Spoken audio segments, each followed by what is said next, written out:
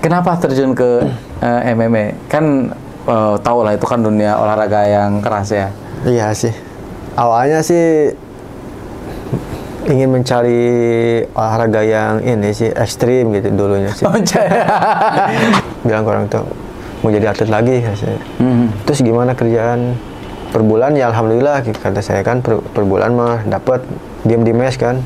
Makan terus bulanan ada, makan juga dijamin. Ikut jadi atlet apa ya? Masih gulat gitu. Masih gulat. Iya, nggak ngaku ya. Masih gulat ya. Namanya orang ibu ya, sampai nangis kan. Nggak tega. Tapi saya punya tekad dalam diri kan. Saya pengen apa? Intinya pengen mengangkat harkat derajat keluarga di situ. Saya ingin berprestasi di dunia ini kan, saya kan ke ibu. Nggak bisa mengendalikan diri kan, pasti adalah nervous gitu. Semua atlet-atlet dunia juga pasti kalau pertandingan pasti ada rasa nervous. Gitu ya. Nah itu yang harus kita kendalikan, itu musuh nomor satu itu. Diri kita sendiri sebenarnya.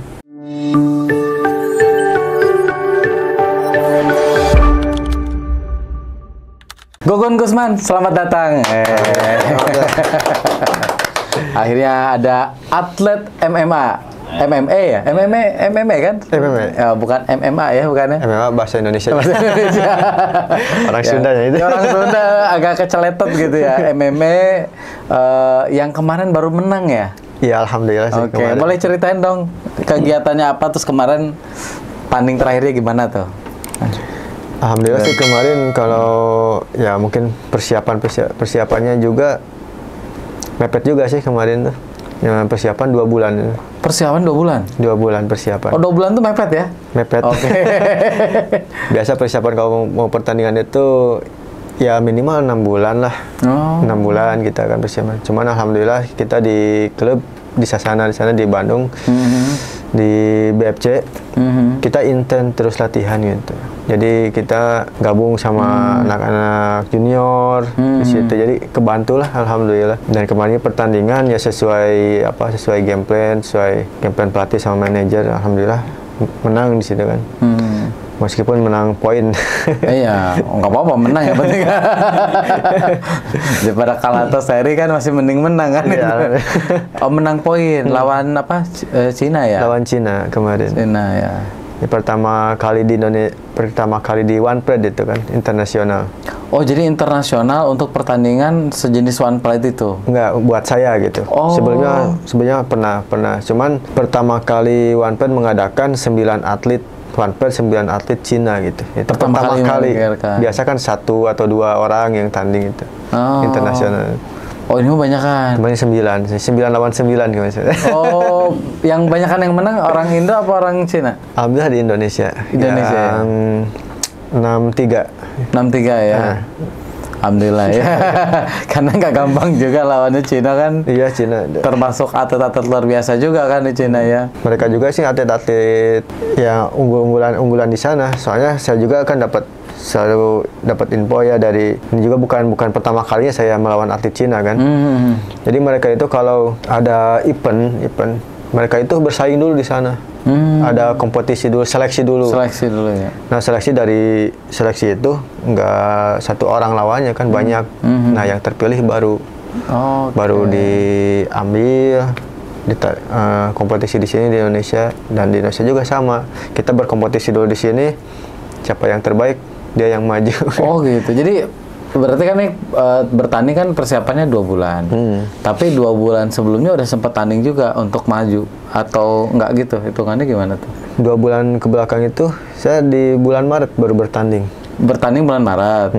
Berarti 2 bulan sebelumnya baru latihan kan? Iya. Tapi itu kan hasil seleksi kan di bulan Maret. Apa emang pas Maret itu udah lagi seleksi? Enggak, kan kebetulan di kelas bantam itu kan saya pemegang sabuknya. Jadi saya yang dipilih, terus ada. Oh, itu mah nggak seleksi. Ya itu anggap seleksi aja lah. Anggap seleksi aja. Oh iya, maksudnya kan karena pemegang sabuk langsung lolos gitu, ya, anggapnya gitu kan? Iya, anggapnya langsung lolos. Tiket emas lah gitu. Kalau yang lain ada seleksi dulu?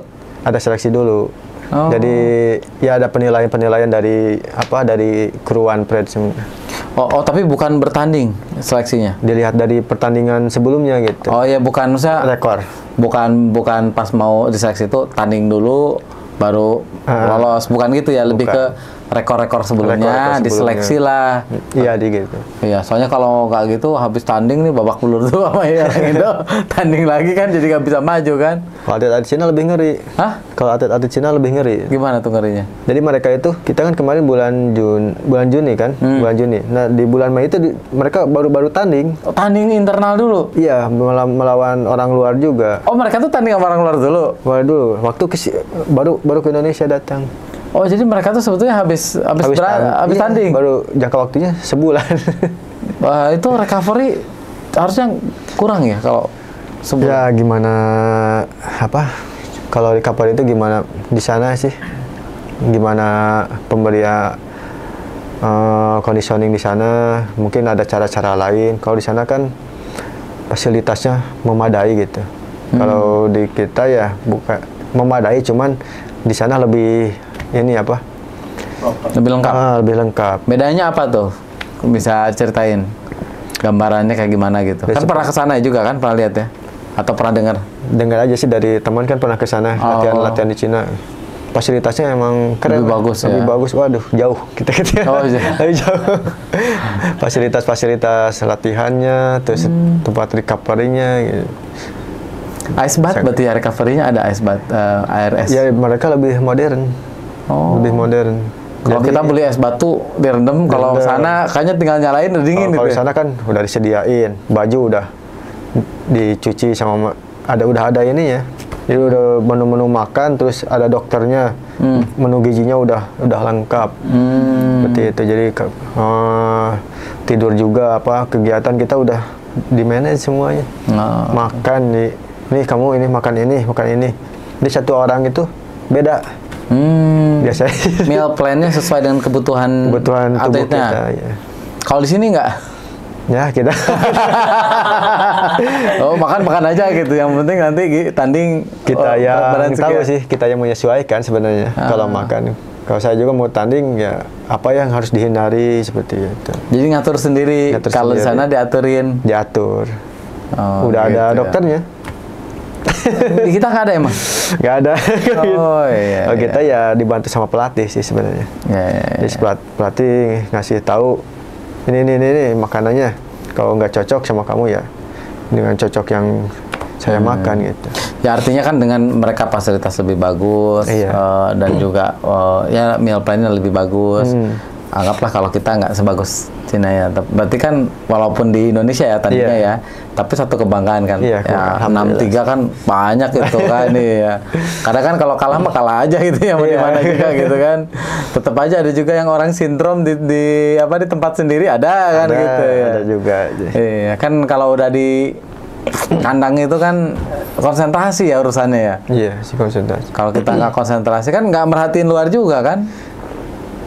Kalau konsentrasi kita benar-benar fokus, jadi si penonton terus corner pelatih kita kedengaran. Oh, ngomong itu. Kalau kita nggak fokus, suara pelatih penonton juga kedengaran.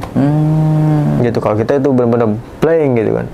Udah taunya wasit sama lawan. Nah di situ yang bahaya itu nggak bisa mengontrol diri gitu. Jadi kayak gitu ya, kayak pusing lah kayak gitu ya. Jadi nggak konsen ya. Nggak konsen. Jadi terlalu over. Jadi nggak bisa mengendalikan diri kan, pasti adalah nervous gitu. Semua atlet-atlet dunia juga pasti kalau pertandingan pasti ada rasa nervous. Gitu ya. Nah itu yang harus kita kendalikan, itu musuh nomor satu itu diri kita sendiri sebenarnya. Oh jadi ketika pertandingan kita perlu konsentrasi karena di kitanya ya kadang isunya gitu ya. Iya. Oh itu Gun itu hidung sampai itu gimana itu ceritanya itu? Itu kejadiannya itu 2019 kan misalnya. 2019. Itu juga kejuaraan internasional MMA internasional, ketemu sama Malaysia. Malaysia, dan dia juga finalis MMA Asia. Kebetulan orang Malaysia. Nah di situ kena pukulannya sampai dipukul. Ya kena darah kan. Bengkak. Dulu belum diperiksa dokter, nggak tahu patah atau enggak gitu kan. Oke. Menang, alhamdulillah menang poin juga, alhamdulillah menang. Nah sebulan dari situ langsung ada panggilan OnePred gitu. Nah di situ ada panggilan OnePred, ya nggak bisa di cancel. Bisa di cancel. Kalau di cancel saya dari OnePred ya di dis gitu kan. Ya nggak boleh. Ya main lagi lah. Di OnePred kena lagi. Oh ini belum sembuh benar. Iya. Tanding lagi. Tanding lagi. Sebulan di situ langsung tanding lagi. Kena lagi kan. Kena lagi. Berdarah lagi. Berdarah lagi banyak berdarah di situ. Tapi menang, alhamdulillah menang poin juga. Nah di situ langsung udah coba ke dokter ya. Kalau ini agak ini hidung saya kan tahu-tahu retak ya. Sebelah sini retak. Emang awal nggak dicek dulu pas sebulan waktu? Nggak dicek. Nggak sempat itu? Nggak sempat. Karena full latihan itu? Iya, soalnya kan udah 3 hari langsung bekaknya hilang. 3 hari itu hilang, seminggu udah normal lagi kan. Begini udah nggak kerasa sakit kan. Oh jadi nggak ke dokter? Ya, ke dokter. Tanding lagi lah, kena lagi gitu. Di tempat yang sama? Tempat yang sama. Sampai yang kedua tuh mungkin karena ini belum sembuh ya. Bengkak sini. Oh. Dicek retak. Aduh. Tapi ini sekarang udah recover full kan? Cuman memang agak dikit aja gitu ya? Dikit. Tuh, tapi itu udah konsekuensi yang udah siap ya, maksudnya gue kalau tanding MMA, ini gue berarti ada risiko ini, berarti udah siap kan dari awal ketika terjun? Udah siap sih. Awalnya sih 2013 juga udah pernah patah tulang juga. Oh betul. Bagian apa yang patah? Pertama kali internasional itu di Malaysia. Bagian apa yang patah? Ini tangan. Tangan? Iya jari ini. Itu yang jahitan itu? Iya. Patah ini pertama kali internasional ini. Sorry, jadi merhatiin muka nih. Ini ada juga di sini ya? Iya. Itu sobek juga? Kalau sini? Mungkin bekas-bekas pukulan. Ini nih bekas pukulan nih? Kayaknya bekas-bekas ini. Oh, bekas pukulan, luka gitu ya? Kenapa terjun ke MMA? Kan tahu lah itu kan dunia olahraga yang keras ya? Iya sih. Awalnya sih ingin mencari olahraga yang ini sih ekstrim gitu dulunya sih. Orang mencari olahraga yang biasa, ini mencari olahraga yang ekstrim. Oke, kan silat. Awalnya silat. Ya silat juga kan perguruan di keluarga aja sih. Kata ayah almarhum kan, udahlah ikutan silat daripada ini nggak ikutan olahraga kan. Dulunya saya seneng main bola. Nah sama ibu nggak boleh kan. Udah latihan silat, ikutan silat. Cuman nggak ada turnamen pertandingan seperti itu. Di silat, ya nggak lama sih. Silat terus di sana kan ada cabang olahraga gulat nih. Masih saudara juga, masih saudara. Ikutlah gulat sampai 2010. Oh dari silat lanjut ke gulat? Ke gulat 2010. Masuklah ke BFC. Diajak sama kakak. BFC itu apa? Bandung Fighting Club. Bandung Fighting Club ya? Klub saya sekarang. Klubnya sekarang. Kalau mau gabung klubnya Gugun berarti ke BFC ya? Iya, BFC. Bandungnya di mana? Di Buah Batu. Buah Batu ya. Oke, lanjut. Di situ jadi security dulu sih sebenarnya. Jadi security dulu 1 tahun lah. Security? Ya, kerja gitu? Kerja. Habis dari itu kan ya orang tua nuntut harus kerja kan dulu. Ya maklumlah dari kampung gitu kan. Oh, dari semenjak apa tadi ya? Tadi itu apa? Ada silat apa? Silat. Apa judo ya? Gulat. Nah setelah gulat itu jadi security dulu karena nyari nafkah dulu. Nyari nafkah dulu. Kita kan dari kampung, dari Kabupaten Bandung itu daerah Majalaya ke atas lagi ke Ibun, pelosok. Pokoknya ke sana lah gitu ya. Perbatasan itu Kabupaten Bandung sama Garut. Oh ya agak jauh ya, jauh ya. Jauh kita. Garut kan lumayan dari Bandung kan, ini perbatasan. Iya, perbatasan. Kan? Nah suka lihat ada yang latihan juga kan, latihan boxing, tertarik lah ikut latihan.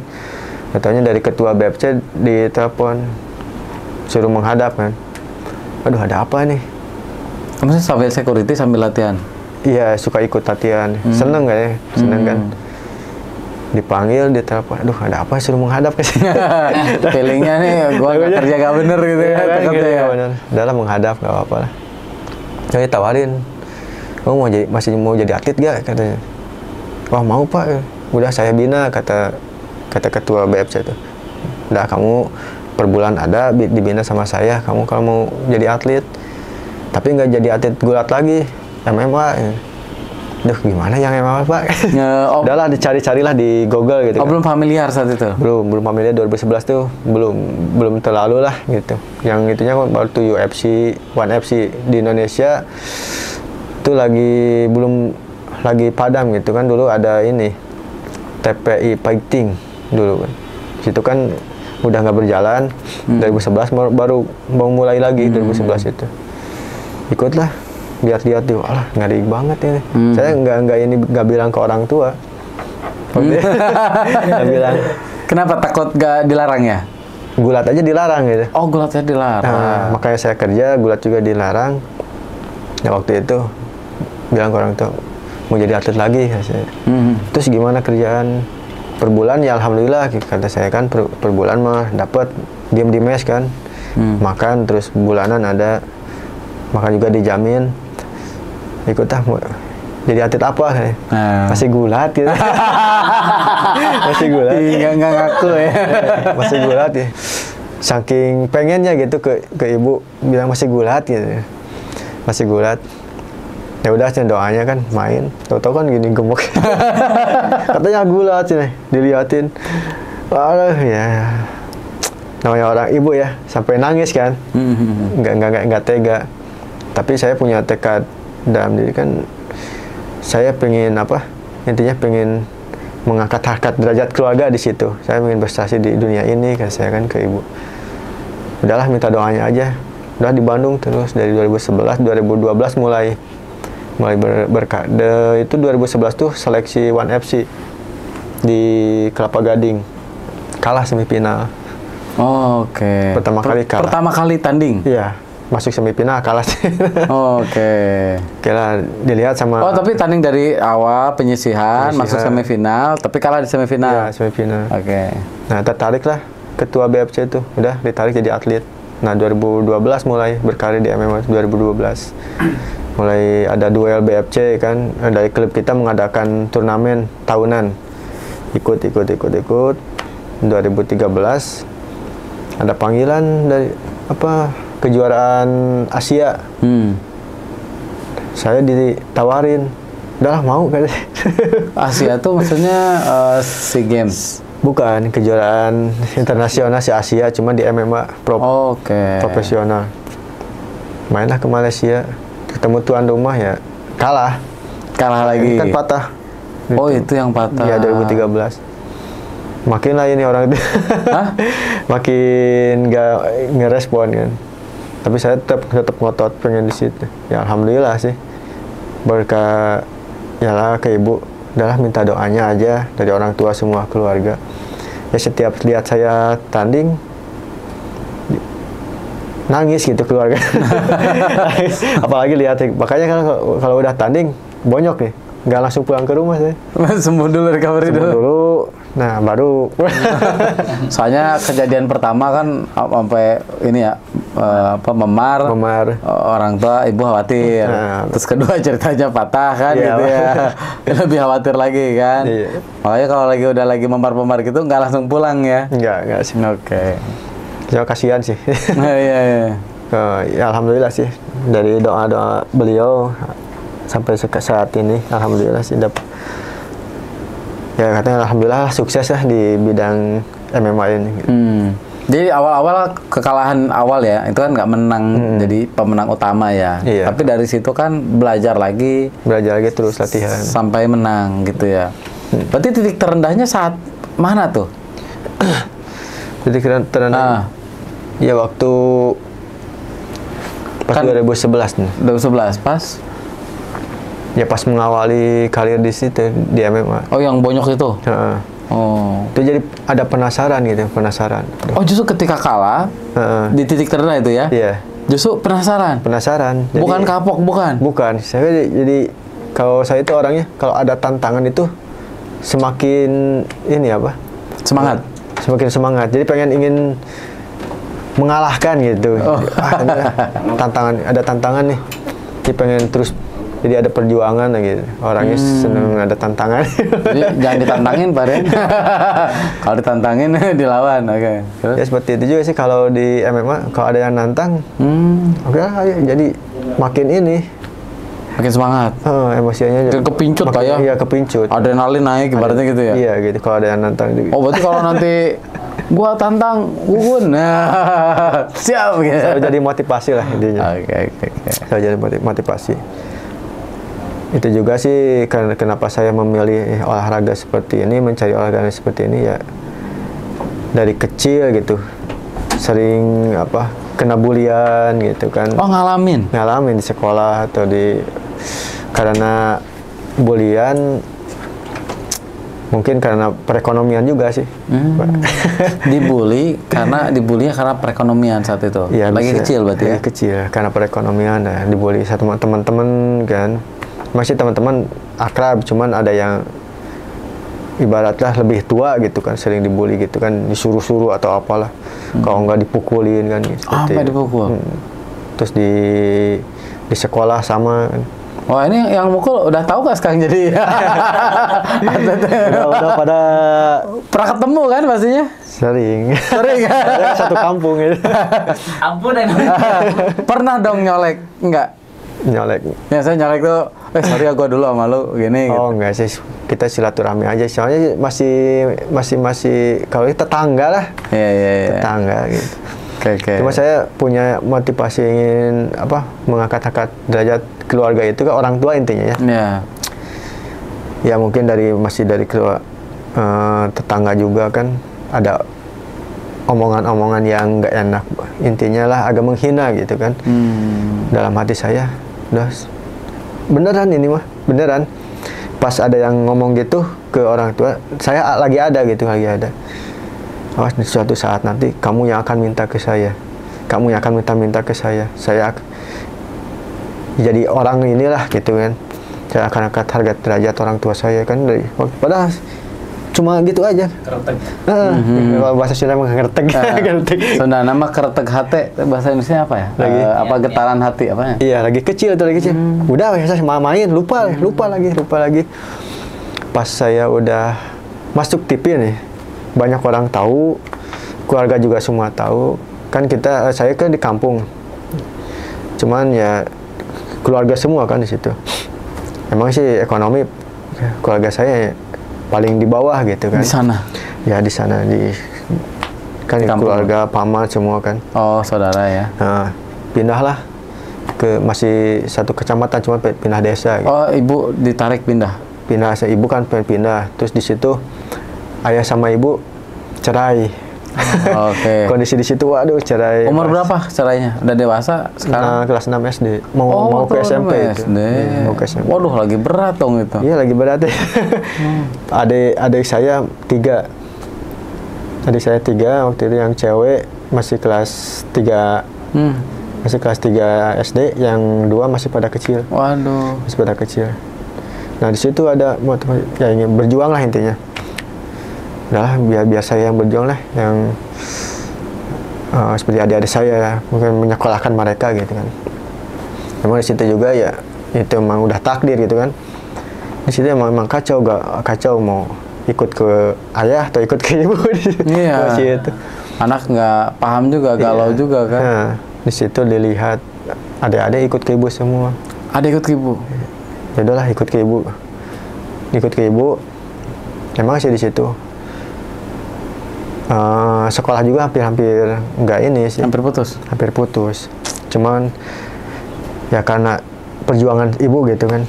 Udah jangan sampai putus sekolah, pokoknya masalah biaya sekolah jangan mikirin, kamu sekolah sampai lulus SMA lah cukup gitu. Alhamdulillah sih dari SMA juga berkarir dari olahraga juga sih.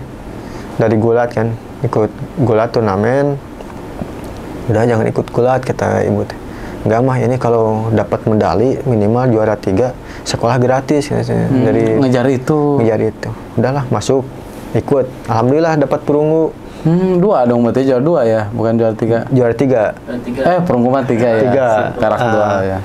Di situ Targetnya 3. Targetnya sama Mas ya. Juara 3 pernah. Kejuaraan ini sih kejuaraan daerah ke Jawa Barat.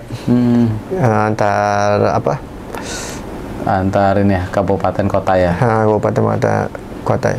dapat perunggu, nah dapat beasiswa di situ. Dapat beasiswa, alhamdulillah sih sampai tamat dibiayain dari pemerintah. Nah sudah berjuang sampai 2010 ya, sampai jadi kerja itu kan sampai sekarang jadi atlet MMA ya, alhamdulillah sih. Terus keretegan saya tadi pas saya udah masuk TV One Fight, tahu semua. Nah orang yang menghina itu, orang-orang yang menghina itu datang ke rumah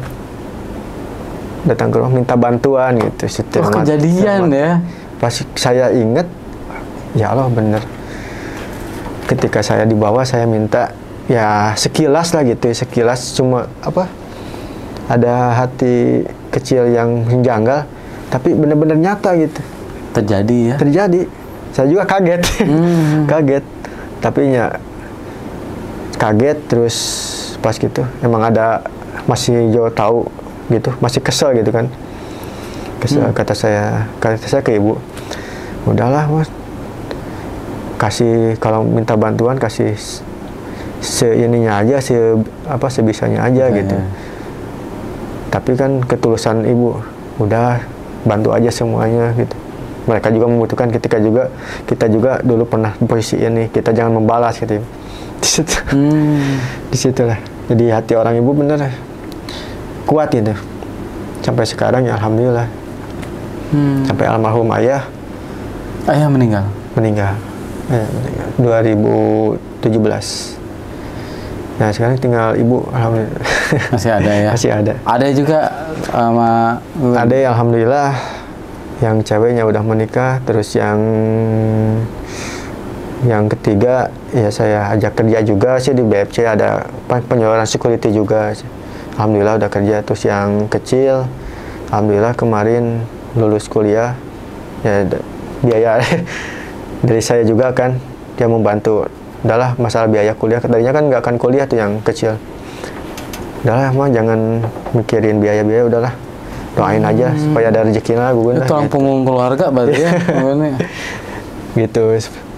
Alhamdulillah lulus kuliah, terus rezekinya bagus juga sih adik, rezekinya bagus, terus ikut kemarin tuh P3K ya kalau salah, ada P3K kan.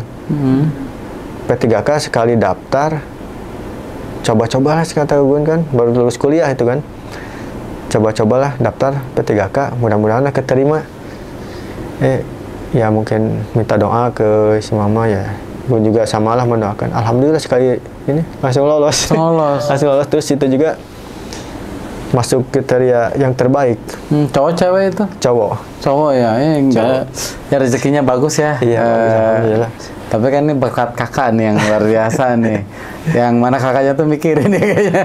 Iya sih. Selama ya kan ketika ya anggaplah kalau lagi broken home kayak gitu kan, mikirin gimana sekolah, mikirin adek juga, mikirin ibu juga, ya kan. Alhamdulillah nggak diduga kan perjalanan karirnya mensupport lah untuk itu ya. Iya, alhamdulillah di situ. Oh, berarti ini ibu nih luar biasa ya perannya ya selama. Iya, sangat luar biasa. Nah, kalau istri ini juga sangat luar biasa dong, karena nggak gampang juga ya, istilahnya mau berbagi rezeki gitu kan, gitu ya. Istri juga banyak tantangan juga sih sama istri. Oh gitu. Sebelum ya mau nikah juga ya, lagi pacaran lah gitu kan. Lagi pacaran, dari orang tua pihak istri ya banyak tantangan juga. Awalnya nggak setuju? Awalnya nggak setuju, cuman banyak kasih tantangan lah gitu kan. Kalau saya kan orangnya gitu kan, kalau kasih tantangan dijabanin. Mau sampai mana gitu. Oh jadi keluarga istri memberikan tantangan dan diambil. Oke, diambil kan saya. Tantangannya dari, ya kebetulan kan mertua saya kan bukan veteran, namanya pensiunan tentara kan. Oke. Tegas kan, makanya kalau A, kalau B kan gitu seperti itu. Nah, kalau kamu mau ke anak saya, akhir tahun kamu harus langsung tunangan. Bingung kan?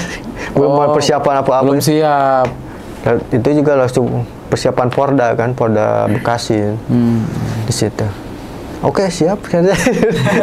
Disiapin dulu aja gitu ya. Kata saya kan, tapi niat saya gini, pas pulang, ya Allah saya niat ibadah. Meskipun tolonglah lancarkan lah. Ini saya niatnya ibadah, bukan niat nggak benar gitu kan. Niatnya ibadah, tolonglah mudahkan gitu kan. Alhamdulillah sih dimudahkan.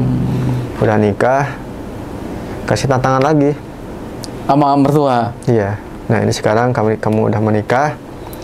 Nah anak saya lagi kuliah, yang istri kan kuliah baru 1 semester. Istri itu? Istri. Saya sebelum nikah. Oke, tunangan udah. Nah pas sudah tunangan, pas mau 2 bulan mau ini kan, mau nikah. Anak saya yang cewek lagi kuliah. Sanggupkah kamu membiayain sampai lulus kuliah? Sanggup pak. Sanggup dulu aja. Sanggup. Bismillah lah pokoknya. Sanggup. Jadi nikah. Alhamdulillah sampai lulus. Sampai lulus ya, mantap. Meskipun ya banyak luka-liku lah. Iya pasti nggak lurus lah ya. Iya, namanya rumah tangga kan ada dinamikanya ya. Macam banyak hal lah ya. Banyak hal gitu. Wah keren. Ini berarti itu kan perjalanan dasarnya ya. Awalnya lagi dalam perjalanan. Apa sih yang bikin Gugun nih sampai gue mau fight? Kan itu ada dasar, ada pengalaman kan, yang bikin tetap semangat gitu untuk bisa sampai kemenangan-kemenangan selanjutnya kan. Kan awal-awal kalah nih. Kesini-sini kan lebih konsisten di menang kan daripada kalah. Apa sih yang memotivasi? Sebenarnya sih kembali ke keluarga juga sih sebenarnya. Keluarga ya. Jadi keluarga dari ibu kan, adik, terus sekarang istri, itu jadi perjuangan gitu. Jadi motivasi saya kan waktu itu kan pas nikah itu saya dipanggil pelat dapon 2016. Nikah 2016 dipanggil pelat dapon. Nah situ gagal juga sih sebenarnya, gagal saya itu dicoret karena pas mau itu ada seleksi, saya gagal ke PON, nggak lanjut. Nah situ harus memperjuangkan, istri masih kuliah. Nah saya juga masih ngekos lah gitu. Oh iya. Kontrak. Kebayang lah keuangannya lagi ngatur-ngatur gitu ya. Ngatur-ngatur terus. Kan kalau waktu masuk pelada kan ada tambahan keuangan lah agak ketutupi gitu. Nah dari situ jadi motivasi, ya udahlah, ambillah diterusin di MMA-nya. Ada panggilan MMA, saya harus siap gitu. Jadi termotivasi dengan mengoreksi gitu kan kekalahan saya. Oh ini kekalahan saya di sini nih, saya kurang ini. Intinya ya menjadi tenaga gitu buat saya, keluarga itu. Jadi tantangan ini menjadi motivasi saya untuk menjadi sukses. Oke. Jadi ada tantangan tuh ya karena motivasinya di keluarga ini ya. Iya, di keluarga. Itu yang mendorong untuk selalu berpikir ya. Gimana caranya kalau bahasanya dapurnya ngebul gitu. Ya supaya rumah tangga tetap ada rezekinya ngalir gitu ya. Kan laki-laki seperti itu kan biasanya. Karena saya ngalamin juga kayak gitu. Nah ini kalau mau tanding ya itu latihannya berapa lama sih sebenarnya? Kalau mau tanding untuk kayak kemarin lawan Pride kan, itu kan 2 bulan kan mepet. Iya, mepet. Aslinya kan 6 bulan tuh ngapain aja gitu? Terus latihan sih. Jadi sesuai program yang dikasih sama pelatih. Jadi gambaran programnya apa tuh? Kan mungkin banyak yang belum tahu nih. Siapa tahu ada yang mau latihan MMA. Gambaran programnya apa aja? Misalnya gambaran seminggu deh, atau sebulan, atau gimana aja terserah. Jadi kalau ini kita ada kabar nih 4 bulan nih ya, 4 bulan mau tanding. Oke. Ini di 1 bulan pertama ini masih recovery kita. Harus menaikkan fisik, terus lebih ke fisik kita. Lebih ke fisik. Nah, 2 bulan mau tanding. Fisik tuh ngapain dulu? Fisik kita lebih ke lari ya. Oh, jadi lebih banyak porsinya lari gitu? Lari sama endurance, kita harus benar-benar endurance kan bisa di beban, di gym. Tapi porsinya nge-gym lebih beda gitu kalau buat atlet. Porsinya gitu kan porsinya. Gambarannya berapa jam? Biasanya kita satu kali latihan 2 jam. Satu kali latihan gym itu 2 jam? 2 jam. Itu pace-nya ditempel sama pelatih terus? Pelatih terus sama 2 jam. Itu sejam juga lumayan gempor tuh sama pelatih itu kan? Iya. Ya sama PT kan di press terus kan? Ketika kita kuat di beban sekian, ditaikin lagi sama dia kan terus? Ya sebulan itu kan kita bebannya nggak naik segitu aja dulu. Ntar selanjutnya kita naik berapa persen, sampai kita dapat beban maksimal. Seperti itu. Sama ada program latihannya lah gitu ya, bertahap lah, pelan-pelan gitu. Jadi bulan pertama relatif stabil, tapi kebanyakan di gym sama lari tadi. Ya, kebanyakan di fisik lah, fisik. Tapi latihan tetap ada kan? Maksudnya ada. Sparring tetap ada. Kalau di awal-awal bulan jarang sparring, kita lebih ke pengembangan teknik. Oke. Pengembangan teknik situ. Teknik kuncian kayak gitu, bukan? Ya seperti itulah. Pukulan, tendangan gitu. Ya lebih ke back to basic lagi gitu kan. Jadi kalau ini mah dihafalin lah, jadi jangan sampai hilang gitu. Jadi diawali lagi terus. Nah, bulan kedua lebih ke teknik sparring. Kedua mulai ke sparring. Tadi kan bulan pertama fisik. Bulan kedua sparring. Cuma bukan full sparring, cuma teknik kita lebih ke 70% teknik, 30% sparring gitu. 70% teknik. Oh, jadi misalnya teknik kuncian. Nanti kalau udah beres itu ada sparringnya. Aplikasi gitu. Aplikasinya berarti nyari sparringnya gimana tuh? Biasanya nyari temen yang tanding atau dari pilihin? Enggak sih, kebetulan di situ di klub kami ya, di BFC itu banyak teman-teman kita yang itu buat partner sparring itu banyak. Rekan-rekan kita kan juga atlet-atlet pamper juga. Jadi bisa kita sharing, jadi saling mengembangkan lah di situ. Saya setuju di situ, tapi kan yang dilihatnya Gugun kan, ini waduh nih gue sparring sama Gugun. Kan ada yang jiper kali itu.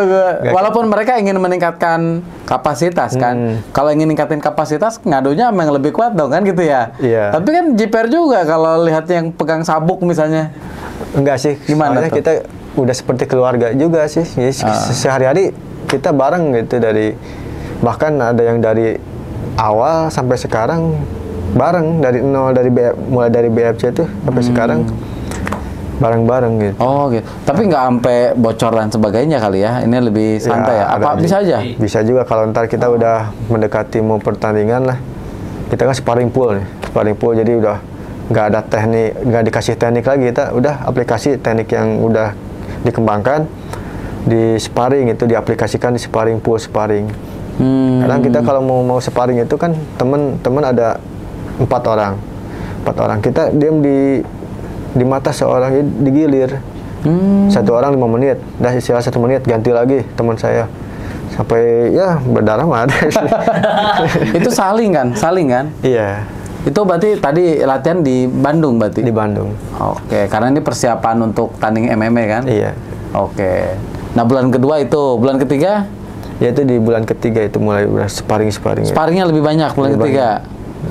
Di bulan terakhir ya kita udah mulai pemeliharaan.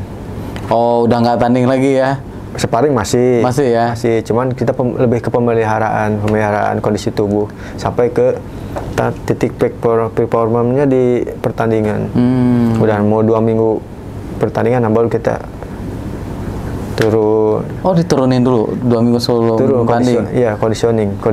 Jadi peak performnya kita dapat di pertandingan. Oh, jadi benar-benar badan tuh diistirahatkan? Bukan istirahat, jadi tetap latihan, cuman nggak ini. Intensitasnya turun? Intensitas. Oh, jadi nggak nyampe nggak istirahat ya? Soalnya kalau istirahat kelamaan pegel lagi nanti ya kayak gitu kan? Iya, nol lagi kan kita ya. Oke, jadi 2 minggu sebelum tanding itu lebih ke pemeliharaan. Baru aja tanding gitu ya? Iya. Oke. Nggak ada latihan sangat berat atau terlalu berat, cuman yang penting fisik kita terjaga sih. Kalau kebiasaan tertentu ada nggak ketika sebelum tanding? Kebiasaan sih saya kalau mau sebelum tanding itu puasa ya. Puasa? Senin Kamis itu. Kalau mau tanding itu. Tapi itu tujuannya nurunin berat badan, bukan? Bukan. Lebih ke apa namanya? Siraman rohani. Jadi lebih penguasaan diri. Kalau dibarengin dengan puasa, ya kalau saya gitu ya. Kalau saya tuh lebih bisa mengendalikan diri gitu, lebih tenang gitu. Jadi ada, kalau ini mah apa ya, kalau Sunda mah istilah Sundanya aja nggak apa-apa kita terjemahkan. Jadi ada termotivasi lah intinya. Oh gitu. Jadi percaya diri. Oke. Jadi ketika puasa Senin Kamis itu jadi lebih percaya diri karena lebih konsentrasi juga kan. Lebih yakin. Puasa itu kan bantu itu. Terus kan mendekatkan ke Allah juga kan. Itu seperti itu. Gitu. Oh itu kebiasaan itu kan beda kan. Tiap orang kan nggak sama ya. Ya nggak sama. Kalau mau tanding itu kan ada apa namanya berat badan tertentu ya, mengikuti kelas ya. Ya mengikuti kelas. Berarti itu ada triknya juga dong. Takutnya pasti timbang saya keberatan atau kekurusan gitu ya? Iya. Ada triknya ya? Ada. Boleh cerita nggak triknya? Kalau itu sih kita udah mulai memanage itu di pas sebulan mau pertandingan. Jadi dari sebulan pertandingan ya? Nggak mau pertandingan kan ini udah 3 bulan nih. Latihan. Nah sebulan lagi kan, nah di situ mulai kita nurunin berat badan, sedikit lah, jangan paling sisain lah pas 2 minggu mau pertandingan sisain 3 atau 4 kilo lagi. Gitu. Bentar, pas seminggu mau tanding sisain 3-4 kilo, iya. Selisihnya maksudnya? Iya.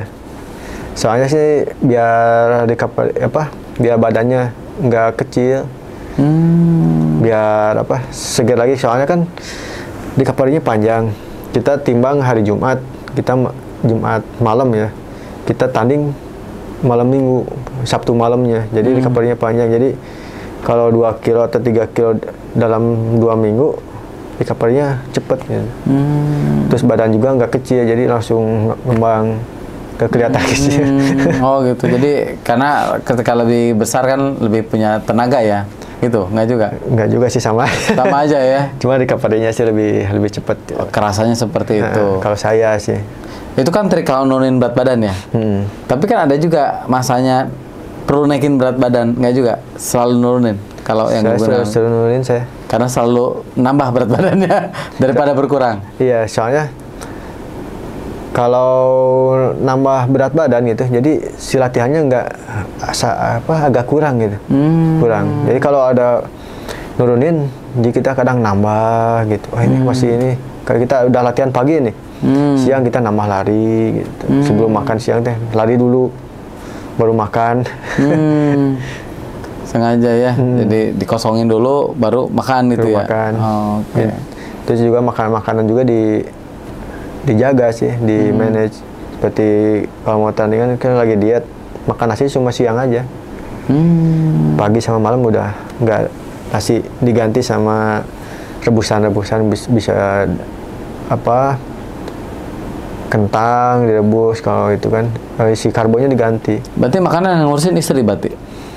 Atau sendiri ngatur? Saya sendiri yang ngatur. Karena kan istri kadang menemani atau kadang enggak ya? Iya, soalnya kan ini anak aja lah gitu kan. Saya kadang istri tolong beliin ini makanannya, seperti ikan atau ayam, seperti sayurannya ini gitu. Oh, nanti yang masak sendiri? Kadang sama istri tolong masakin ini gitu. Tapi saya yang ngatur sendiri lah, itu ngatur sendiri. Ngatur sendiri. Karena istri nggak paham kan keinginannya, cocoknya makan apa, nggak paham. Itu. Kita yang lebih paham apa yang cocok buat kita gitu ya. Itu sih kalau lagi bonyok-bonyok itu nangis dong, sedih. Apa udah biasa?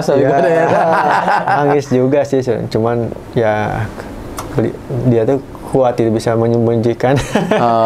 Kebetulan sih saya juga petinju. Mantan petinju. Serius. Mantan petinju. Ini cewek ya? Jadi udah tahu rasanya gitu ya? Udah tahu. Tapi ya kalau lihat langsung dia juga nggak tega sih sebenarnya, nggak berani lihat gini. Paling udah tahu kabarnya baru lihat videonya. Oh gitu. Ya baru kalau nonton langsung, jarang nonton langsung juga sih? Pernah. Waktu pertandingan di Bandung itu, kalau pertandingan di Bandung ya nonton. Oh iya, tapi kalau agak di luar kota? Di luar kota ya udah nunggu kabar aja. Iya, nunggu kabar. Kadang nggak tega juga kan, kita nggak tahu ya pas lagi bertarung tuh kadang. Iya, kita nggak lihat. Kadang kitanya babak belur juga ya gitu ya. Iya. Walaupun menang juga kan tetap aja ya, bisa aja kan banyak juga. Bisa. Itu kalau recovery-nya gimana sih? Gue kalau misalnya patah gitu kan, berdarah gitu ya. Apa emang ke dokter? Apa kadang udah biarin aja kayak gitu biasanya? Saya bisa langsung ke dokter sih. Oh, dicek langsung ke dokter ya, kasih obat supaya ya luka dalamnya dulu ya. Sambil luka luarnya sama es kan, ada salep lah supaya cepat sembuh kan. 3 hari udah mulai kempes kan, udah mulai nggak kelihatan. Baru keempat harinya baru ada jogging lagi. Jogging banyak supaya recovery. Kalau seminggu full itu aduh berat. Jadi benar-benar dari nol itu. Kalau 3 hari masih ada lah gitu kan, masih ada fisiknya, masih nyisa gitu, masih bisa gerak. Oke. Terus kalau lagi tanding nih, apa teknik andalannya? Ini kan julukannya tuh apa? Harimau. itu kenapa dijulukin harimau sama ya itu tadi tekniknya apa sih, kan ada teknik-tekniknya kan? Nah, bisa cerita. Awalnya sih kalau julukan itu dulu kan waktu pertama kali One Pride harus ada punya julukan gitu kan. Bingung gitu kan. Duh apa julukannya kan? Ini julukannya. Kata saya julukannya harus dari apa kan ke One Pride. Padahal bisa dari nama binatang atau apalah gitu kan. Sekarang kan lagi booming nih nama binatang kan. Seperti Khabib juga kan, elang kan, The Eagle, terus apa gitu. Nggak tahu, saya tolong cariin lah kata saya. Barulah berunding gitu kan. Kalau Jawa Barat terus Bandung kan identiknya dengan harimau gitu. Gimana kalau The Tiger gitu? Ya udahlah ambil aja gitu. Idenya teman berarti yang sih teman. Yang dari kru One Pride. Oh, kru. Jadi kru One Pride udah punya list rekomendasi nama iya. Gimana kalau ini cocoknya kamu mau pilih yang mana gitu. Udahlah harimau aja kan. Iya. Dan teknik andalan juga di ground and pound gitu. Apa? Kalau teknik andalan?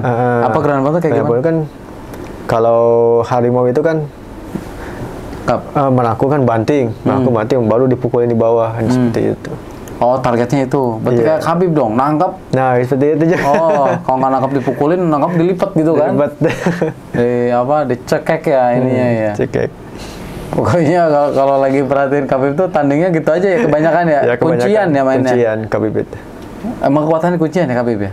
Ya, dia di situ sih ininya apa tekniknya. Gitu. Ngomong-ngomong tanding nih, saya lupa nawarin makan minum nih tadi. Kan dengan ngobrol udah setengah jalan lebih. Dan mau nyobain makan sama sekarang kalau mau minum, mau break dulu. Nah, ini ada roti nih, mau cobain. Ini produknya Amor Cakes and Bakery. Ya, ini kita punya produk. Nah, kebetulan kita baru buka juga di Bekasi. Oh, di Bekasi. Di daerah Jatimulati dan apa ya? Nusa Indah ya, Nusa Indah 1. Mau nyobain yang mana? Boleh, nyobain ini ya. Boleh. Abon ya, abon. Abon. Nah, di tas aja. Gak apa-apa, kita sambil ngobrol aja. Atau mau makan dulu? Cukup. Boleh, makan dulu. Sambil buka ini juga. Saya punya bakery. Oh, toko kue. Kalau di Bandung belum? Belum. Mudah-mudahan segera nyampe Bandung. Ya, amin. Ya, amin. Bandung. Nah, Bandung juga banyak sih. Banyak. Bandung. Iya. Dan ini kan makanan, ya udah jadi makanan sehari-hari kan. Iya. Jadi juga. Iya, silakan. Saya aman kan, lagi nggak diet. Soalnya saya lagi diet nih. Biasanya kalau ada bintang tamu ikut makan saya, cuman hari ini saya lagi jaga pola makan. Lagi nggak makan karbo dulu gitu. Karbonya ganti aja tuh sama umbi-umbian. Kebetulan hari ini lagi full makan daging.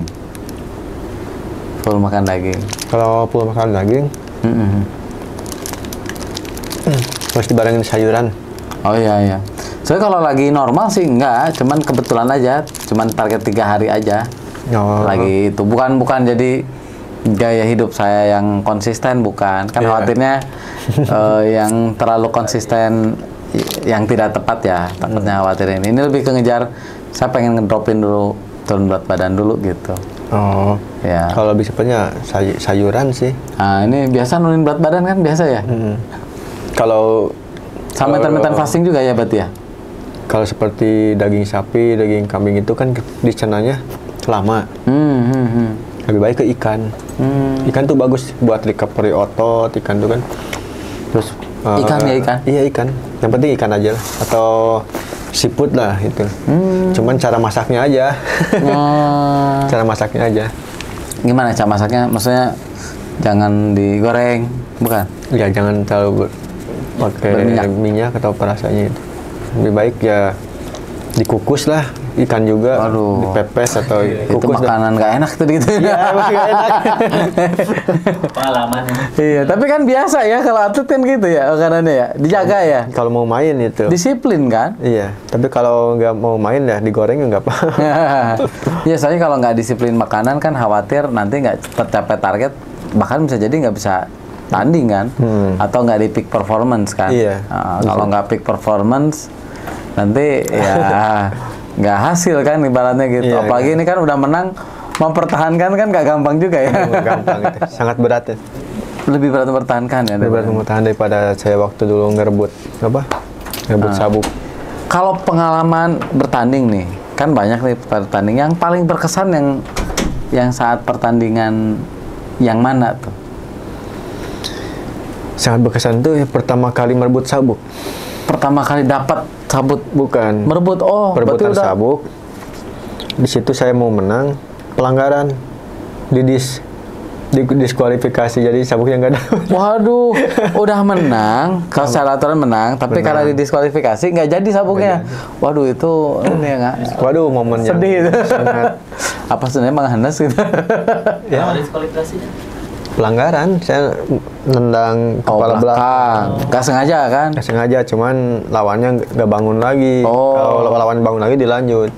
Ini lawannya nggak bangun lagi, langsung di rumah sakit. Tapi alhamdulillah aman ya, Tapi aman. aman. Bisa. Karena ada yang pernah dipukulin ininya kan, jadi garot. Tapi aman, alhamdulillah sih. Oke, nah itu kan nggak dapat. Terus dapet. tanding lagi. Saya tantang lagi orangnya. Yang Oh, dia yang kalah, yang kepukul itu, yang kalah itu dia pemenang sebelumnya. iya. Oh. Dikasihkan sabuknya sama dia, sama yang Oh, dikasihkan. dikasihkan. Nah, saya tantang lagi itu. Oh, dan menang. Menang. Wih, mantap. Makanya jadi tantangan, jadi benar-benar motivasi sangat tinggi waktu itu kan. Soalnya kan saya kalahnya di diskualifikasi, terus ya karena saya nantang lagi, jadi benar-benar motivasi itu. Betul. Katakan kan saya orangnya kan kalau ada tantangan ya lebih ganas. Oh iya, itu tadi kan sempat dibilang ya. Iya. Kalau ada tantangan, justru lu jual gua beli gitu. Iya, dikejar. lebih semangat lah gitu. Iya. Ada tantangan. Ya tantangannya spesifik lah ya, Ya, tantangan positif tertentu lah. lah ya, positif Ya, juga. positif. Iya, maksudnya kan nggak semua orang yang nantang di ini juga, enggak Iya, lah ya, enggak. dalam konteks tertentu dan dalam hal yang positif seperti itu ya. Apa yang kepikiran saat itu kok punya pemikiran kayak gitu? Ini kan kayaknya dari kecil juga udah seperti itu ya, apa dari semenjak udah dewasa, kalau ada tantangan nih gue pasti kejar gitu. Kenapa berpikir seperti itu gitu? Kan nggak semua orang Iya. berpikir seperti itu ya. Kayaknya sih dari kecil udah apa ya namanya? Ya udah ada rasa seperti itu. Jadi ini ada orang nih hebat gitu. Pengen unggul dari dia gitu. Oh, jadi jiwa kompetitifnya udah ada dari dulu. Terus di sekolah juga kan, kalau di sekolah nih, di sekolah seperti bersaing dalam pelajaran gitu kan. Pertama masuk ranking 4 gitu kan. Pertama saya ranking 4. Aduh, saya ranking 4 nih. Saya pengen ngalah, jadi jiwa pengen ngalahin tuh ada. Pengen ngalahin dia, pengen yang pertama gitu. Oh. Seperti itu. Berarti di sekolah juga berprestasi dong kalau gitu? Alhamdulillah sih. Oh, padahal dengan kondisi, ya mohon maaf ya, Iya. broken home, kondisi juga mungkin sedang posisi tidak punya. Iya, tidak. Tapi saat itu dari kecil memang sudah memiliki jiwa kompetitif dalam hal positif ya. Positif. Wow. Soalnya sih kalau gini, kalau dapat masuk 3 besar, kan dikasih buku, dikasih peralatan dan di situ, jadi mikirnya ke sana ya, Iya. meringankan beban ibu kayaknya. Iya, Dasarnya itu ya. nah, seperti itu dasarnya. Mungkin lihat di rumah ibu kasihan kali ya gitu. Aduh, ini gua perlu berpikir. Berarti yang paling besar kan? Iya, paling sebagai besar. anak yang paling besar. Iya. Karena nggak bisa ngandelin adik kan. Gua perlu mikirin gimana caranya bisa bantu ibu secara nggak langsung kan. Iya. Karena ketika dapat, ya ibaratnya dapat bonus-bonus itu kan meringankan beban ibu kan. Oh, sudah Itu sampai. juga sih sebenarnya saya bukan atlet dari silat tuh, sebenarnya bukan ke gulat dulu sih. Jadi atlet poli dulu pernah. Poli ya. Nggak nyambung dong. Nggak nyambung. Kelas 5 SD sebelum ke Gulat ya, kelas 5. Jadi atlet poli ada seleksi antar sekolah. Ikutan lah. Tau-taunya kepilih, nggak pernah latihan poli, nggak pernah main poli gitu kan. Kepilih jadi tim Kabupaten Bandung, jadi tim kecamatan Ibun dulu tuh. Kepilih. Lumayan itu kan tim ini. Ya ada kan kejuaraan antar kecamatan se-Bandung Timur kalau nggak salah. Juara 1. Juara 1. Nah, waktu itu kan nominal uang tuh masih 25 perak juga masih berharga ya dulu mah. Dapat uang 5.000, 12.000 rupiah. Oh, masih gede kan? Baru sekarang. Ya, kebeli beras, terus beli minyak tanah kan dulu. Umur berapa itu? Kalau nggak salah 10 tahun gitu. Wah, ini 10-11 tahun lah. 10-11 tahun ya. Ini mikirin mikirin beras, mikirin minyak. Yang mana kalau orang lain kan ada umur segitu, gue pengen beli jajan, pengen beli mainan. Saat itu yang kepikiran gimana caranya bantu ibu kayaknya kayak gitu ya. Jadi hasil sendiri pas dikasih uang 5.000 tuh bener-bener bangga gitu. Wih, mantap. Langsung ke rumah kasih ke ibu, dapat uang dari mana itu? Poli menang kan. Ini kayaknya lihat bola poli seolah-olah kayak lihat mukul orang nih. Gue sering latihan, belum latihan saat itu ya? Belum. Baru silat itu. Oke, baru silat ya. Oke Gun, saya minta tips dong. Ini kan banyak teman-teman yang sekarang kan MMA lagi happening ya. Banyaklah peminatnya gitu. Apa dong tips buat mereka yang baru mau terjun supaya mereka bisa berprestasi? Sebelum ini terjun ke MMA sih, kita jangan punya basic satu basic aja sih. Kita sebelum terjun ke jam terbangnya dimatangin dulu. Jam terbang, basic jangan satu. Nah itu jadi kalau kita basic punya, intinya kalau saya silat sama gulat nih. Nah jangan dulu masuk, pelajari dulu lah bela diri lain minimal lah 2 atau 3. Gitu. Oh, karena itu basicnya ya? Iya, pelajari dulu bela diri lain gitu kan. Nah udah gitu jangan dulu masuk. Kalau menurut saya gitu ya, jangan dulu masuk, matangin dulu di situ. Nah udah benar-benar matang, bisa lah gitu menguasai dua basic seperti kalau ini mah Muay Thai lah ya, anggaplah Muay Thai sama Jiu-Jitsu lah gitu. Udah boleh coba ke MMA. Insya Allah sih di situ. Nah udah masuk terjun ke MMA baru jam terbang mempengaruhi juga. Oke. Jam terbang. Sering ditonjokin dan sering ditonjokin orang gitu. Saya sih di situ kita berpikir sih. Kalau saya sih di klub kami itu, kalau kita menang tuh nggak ada pujian. Jadi tetap ini kamu memang menang, tapi tetap aja ada kesalahannya, ini koreksi. Jadi tiap menang apalagi kalah gitu kan. Menang koreksi, ini masih ada kesalahan. Menang aja ada koreksi, evaluasi ya, apalagi kalah. Oke, itu ya. Jadi teman-teman bisa selalu belajar dari pengalaman tadi ya. Tadi juga basic skillnya itu jangan cuman satu. Terus ketika belajar pun didalami gitu ya. Artinya jangan cuman dikit gitu ya. Gitu. Karena kan MMA tuh mix martial art ya, kalau nggak salah ya. Campuran. Jadi seni bela diri campuran karena ketika di sana segala jurus keluar kan. Bahkan jurus harimau keluar. Terus jangan ini juga sih, jangan asal berani lah. Saya berani nih masuk sana, yang penting mau berani ya, nggak boleh gitu. Nggak gitu ya. Bisa celaka ya. Celaka sendiri. Karena yang bener aja latihannya bener ya. Gitu. Jadi kalau cuman iseng ya jangan gitu ya. Jangan modal nyari doang. Jangan modal nyari doang ya. Gua tantang lu aja jangan gitu ya. Latihannya perlu diimbangi kan gitu ya. Perlu proses lah. Oke, itu sih proses yang membuat kita jadi kokoh gitu, proses. Kalau kita bisa melewati proses itu, insya Allah lah kita bisa sukses. Tujuan kita apa? Tujuan kita ingin jadi juara gitu, jadi pemenang. Tapi kita harus mengikuti prosesnya dulu sampai ke sana tuh prosesnya seperti apa. Jadi kuatin dulu di bawahnya, pondasinya juga kuatin dulu. Nah ketika kita udah di atas, susah digoyangkan sama orang lain. Iya, betul. Ya. Terkadang kan orang udah di atas terdiain, wah udahlah ini ya terbawa arus gitu kan. Kadang banyak seperti itu. Nah, saya juga berkaca sama seorang juara-juara gitu kan. Apalagi di Indonesia, terus dari senior saya yang pernah juara gimana gitu. Saya berkaca, ngobrol lah gitu sama pelatih-pelatih. Dan alhamdulillah sih pelatih-pelatih juga orangnya di MMA gitu. Yang saudara itu Pak Agus Nanang, juga pemegang sabuk MMA juga. Terus yang Pak Lili Uday, dia juga pemegang sabuk MMA juga. Betul. Nah sering mereka lebih tahu gitu.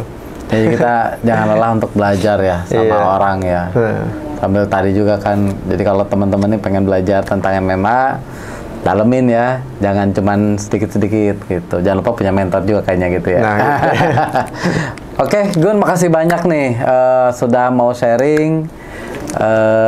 Mudah-mudahan bisa menginspirasi sobat Karidan di rumah ya. Thank you ya, sukses ya. Sukses ya. Sama-sama.